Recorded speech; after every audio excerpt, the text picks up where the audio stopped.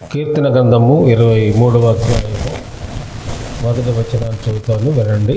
యెహోవా నా కాపరి, నాకు లేమి కలుగదు. చిన్న ప్రార్థన. ప్రియమైన తండ్రి, వందనాలు నాయన. మాకు ఈ పరిశుద్ధ గ్రంథములో కీర్తన గ్రంథం 23వ కీర్తన అందరికీ సుపరిచితమైనది. అయితే ప్రభువా, ఈ 23వ కీర్తనలో మొదటి లైన్ ధ్యానం కలిగి ఉండే నిమిత్తమై సహాయం కావాలని మీ కృప కోరుకుంటున్నాను తండ్రి. దయతో ఈ లేఖనాన్ని వివరించడానికి కావలసిన జ్ఞానం ఇచ్చి మీరు నన్ను బోరగా వాడుకోనండి. ఇది ప్రజలు వింటుండగా ఆధ్యాత్మికంగా మేలు కలిగజేయండి. యేసు నామాన్ని స్తుతించి ప్రార్థించి ఘనపరిచి వేడుకుంటున్నాం తండ్రి. ఆమేన్. ప్రభు అయిన యేసుక్రీస్తు నామంలో చేరవచ్చిన మీ అందరికీ వందనాలు చెల్లిస్తున్నాను, శుభాలు పలుకుతున్నాను.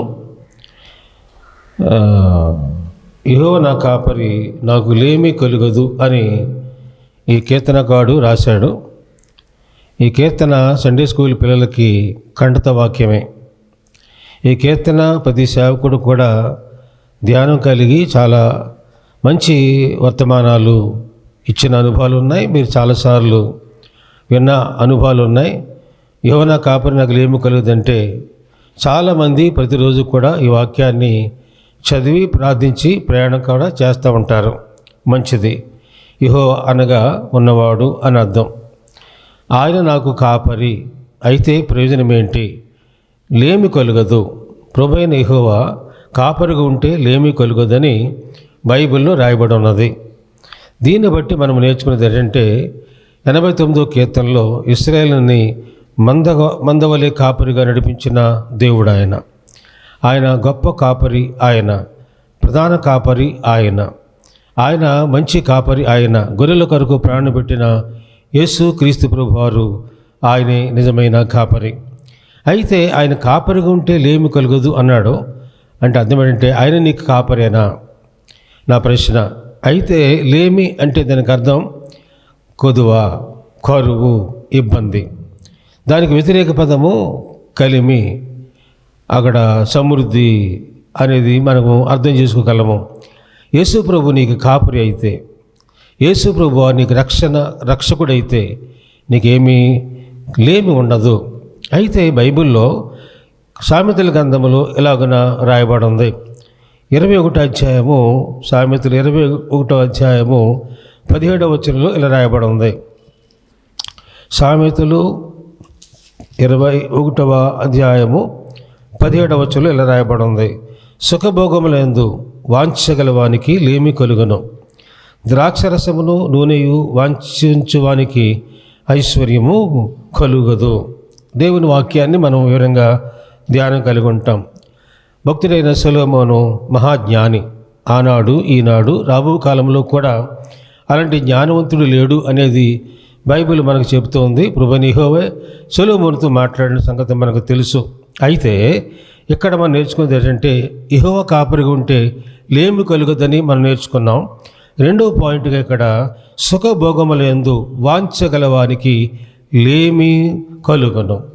సుఖము, వాంఛ, సుఖభోగములు, వాంఛ, అలాంటి వారికి లేమి అనేది ఉంటుంది, కరువు అనేది ఉంటుంది, ఇబ్బంది అనేది ఉంటుంది, దరిద్రత అనేది కూడా ఉంటుందనే సత్యాన్ని మనము గమనించగలగాలి.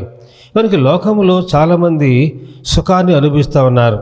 సుఖభోగములందు వాంఛ కలిగి లోకంలో జీవిస్తూ ఉన్నారు. అది మనకి బాగా తెలిసిన విషయమే. కాబట్టి అల్పకాలము పాపభోగము అనుభవించుట కంటే దేవుని ప్రజలతో శ్రమ అనుభవించుట మేలని మోషే మాట్లాడినట్లుగా మనం ఎరుగుదాము. అయితే సుఖభోగములందు వాంఛ ఎవరికి? సంసోను సుఖము భోగములందు వాంఛగలిగిన వాడు ఉన్నాడు. ఈయన ఇశ్రాయేలుడు. కానీ ఫిలిష్తీయుల చిన్నదాన్ని చూసి అతన్ని ప్రేమించి తల్లిదండ్రులను వ్యతిరేకించి ఆమెను వివాహం చేసుకున్నాడు. అది 3 నెలల ముచ్చటగానే ఉన్నది. ఆ తర్వాత ప్రేమ కథ ఏమైందంటే తన జీవితంలో దుఃఖాన్ని కలిగించింది.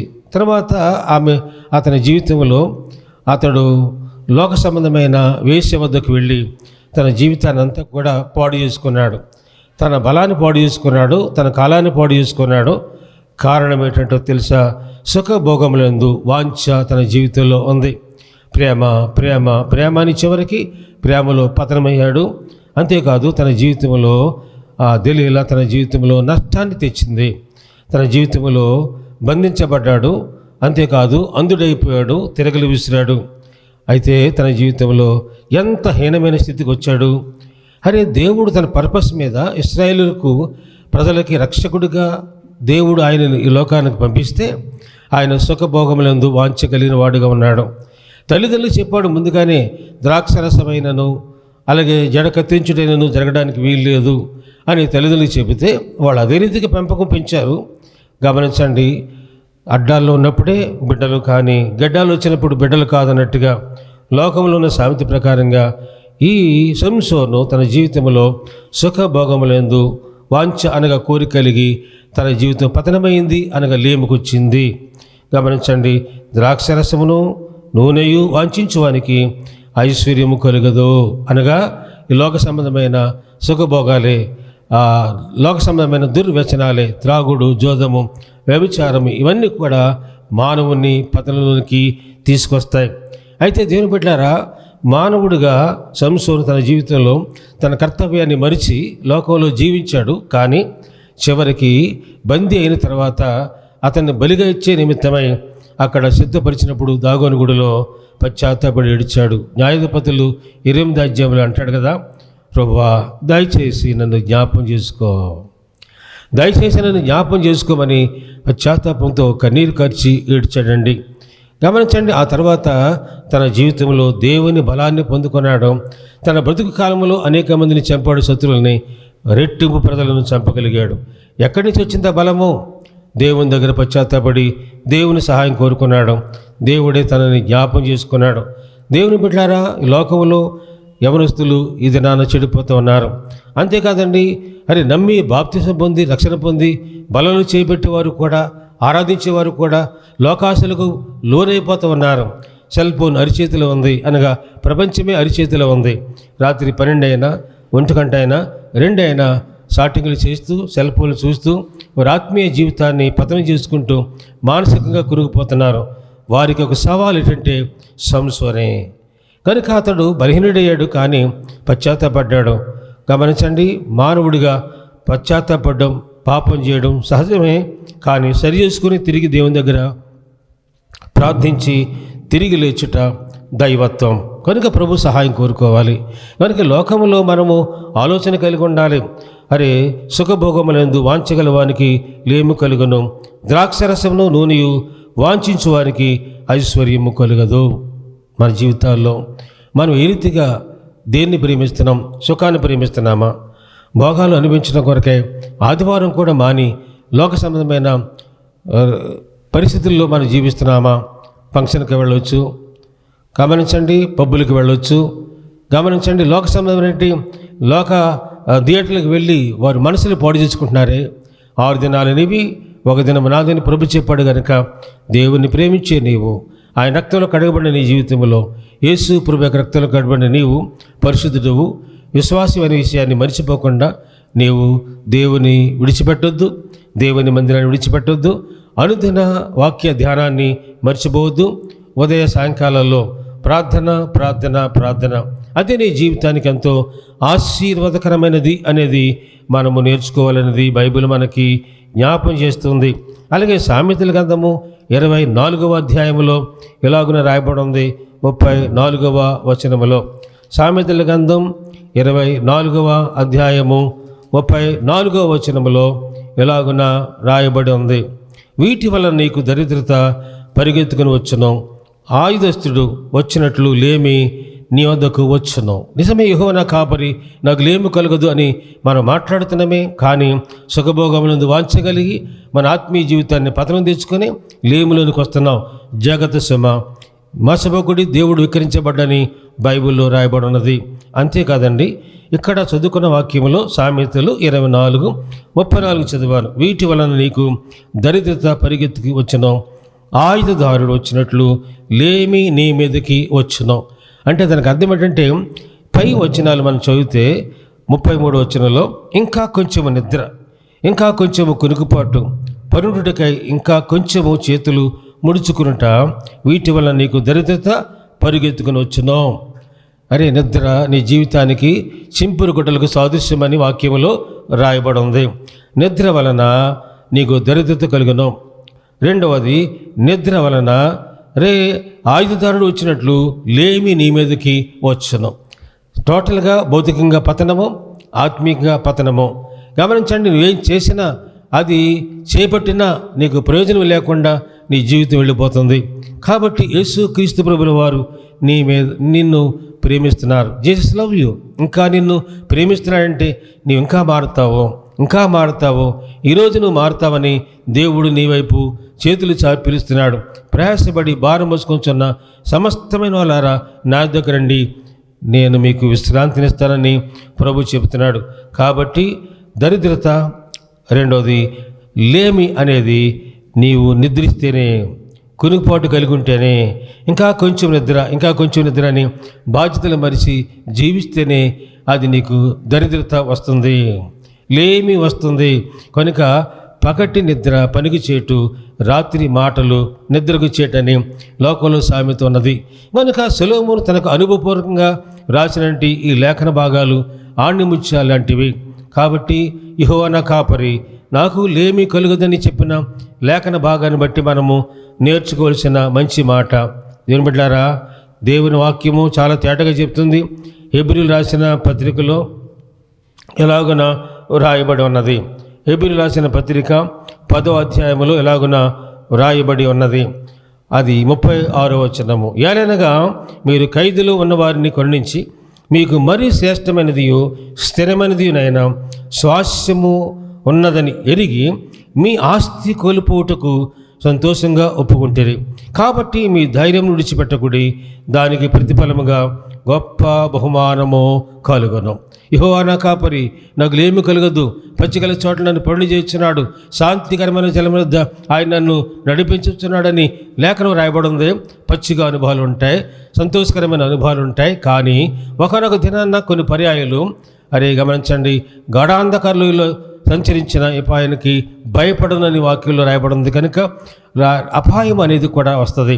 సమృద్ధినిచ్చినవాడు, పచ్చిక అనుభవాన్నిచ్చినవాడు, జీవజలాల బొగ్గల అనుభవాన్నిచ్చినవాడు కొన్నిసార్లు గాఢాంధకార లోయలో దావీదు నడిచాడు. కానీ భయపడనని చెప్తున్నాడు. కారణం అంటే ఆయనే నాకు కాపరి, ఆయనే నా కాపరిని చెప్పాడు. కాబట్టి గమనించండి, అది లోయ, గాఢాంధకార లోయనే సమస్యది. ఆత్మీయంగా మనం ఆలోచిస్తే నీకు అనారోగ్యమైన లోయ, అప్పులనే లోయ, అశాంతనే లోయ, అపజయమైన లోయ నీ జీవితంలో ప్రయాణం చేస్తున్నావు. ఆయనను పర్వాలేదు, యెహోవా నా కాపరి, నాకు లేమి కలుగుదు కనుక నా జీవితంలో ఆయనే నాకు కాపరిగా ఉన్నాడు కనుక నాకు కలిమి కలుగును, నాకు విజయము కలుగును, నాకు ఆరోగ్యము కలుగును, నా జీవితంలో యెహోవా కొరకై ఎదురు చూస్తాను అని ఆయన మీద ఆధారపడినప్పుడు నీ గిన్నె నిండి పొర్లి అనుభవంలోనికి నువ్వు వస్తావు. నువ్వు బతుకు కాలంలో ఆయన నీకు కృపాక్షేమాలు ఆయన పంపిస్తాడు అని దాన్ని మనం అర్థం చేసుకోగలగాలి. ప్రియ సోదరి సోదరుడా, మన జీవితాల్లో ఆయన నీ కాపరేనా? అయితే మంచిది. ఆయన కాపరత్వంలో నువ్వు నడువు, ప్రభు నీ జీవితంలో గొప్ప కార్యాన్ని చేస్తాడు. ఆయన మంచి కాపరి అని లేఖనంలో చూసాం కదా మనము. యోహాను సువార్త 10వ అధ్యాయములో ఎలాగన ఓ మంచి మాట రాయబడి ఉంది. యోహాను సువార్త 10వ అధ్యాయంలో ఓ మంచి మాట రాయబడి ఉన్నది. ఆ మాట ఒకసారి చదువుకుందాం. యోహాను సువార్త 10వ అధ్యాయము 10వ వచనం. దొంగ దొంగతనమును హత్యను నాశనము చేటుకు వచ్చును కానీ మరి దేనికి రాడు. గొర్రెలకు జీవమును కలుగుటకును అది సమృద్ధిగా కలుగుటకును నేను వచ్చితినని మీతో నిశ్చయముగా చెప్పుచున్నాను. నేను గొర్రెలకు మంచి కాపరిని. మంచి కాపరి గొర్రెలకు తన ప్రాణము పెట్టును, తన ప్రాణం పెట్టును. సంసోను పతనమయ్యాడు. ఈ లోకంలో అనేక మంది అలా పతనమయ్యి ఆత్మహత్యకు గురి అవుతూ ఉన్నారు. అనేక మంది మరణిస్తున్నారు. పచ్చికాయ పగిలిందన్నట్టుగా యవనస్తులు ఈనాడు చనిపోతున్న గల కారణం ఏంటంటే దొంగతనానికి, హత్య చేయడకును, నాశనానికి వచ్చిన కనుక ఆ ప్రకారంగా అనేక మంది చనిపోతున్నారు. కానీ ప్రియ యేసు ప్రభువారు ఆయన కాపరి, ఆయన మంచి కాపరి. నీ కొరకు ఆయన ప్రాణం పెట్టాడు, నీ కొరకు ఆయన ప్రాణం పెట్టాడు. Jesus love you. నువ్వు బాహ్యంగా పాపం చేసిన, అంతరంగంలో పాపం చేసిన, ఘోర పాపం చేసిన, ఎంత ఘోర పాపిని నన్ను క్షమించడానికి సిద్ధమైన యేసు మరోసారి నీతో మాట్లాడుతున్నాడు. ఆయన మంచి కాపరి, నీకు సమృద్ధి అయిన జీవాన్నిచ్చుటకై ఆయన నిన్ను పిలుస్తున్నాడు. రండి ఆయన వద్దకు. సమృద్ధి అయిన జీవాన్ని దేవుడు మీకు అనుగ్రహించునుగాక. యెహోవా నా కాపరి, నాకు లేమి కలగదు. అలాంటి కృపాభాగ్యాన్ని దేవుడు మీకు అనుగ్రహించునుగాక. నువ్వు బ్రతుకు దినాలలో దేవుని కృపాక్షేమాలు ఆ ప్రభువు అనుగ్రహించునుగాక. అట్టి కృప దేవుడు మీ అందరికీ అనుగ్రహించునుగాక. ఆమేన్.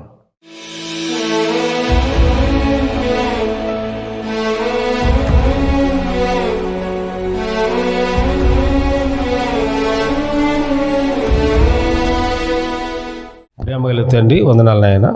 నీవు నా కాపరిగా ఉండి నా జీవితాన్ని రక్షిస్తూ నా పాపాలు కడిగి నీ సొత్తుగా చేసుకొని పరిశుద్ధుల గుంపులో చేర్చి ఈ రోజున అనుదినము నన్ను నడిపిస్తున్న నీ ప్రేమకై స్తోత్రం నాయన.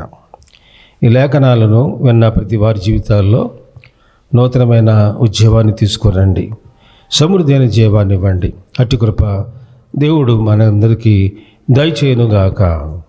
ఆమేన్.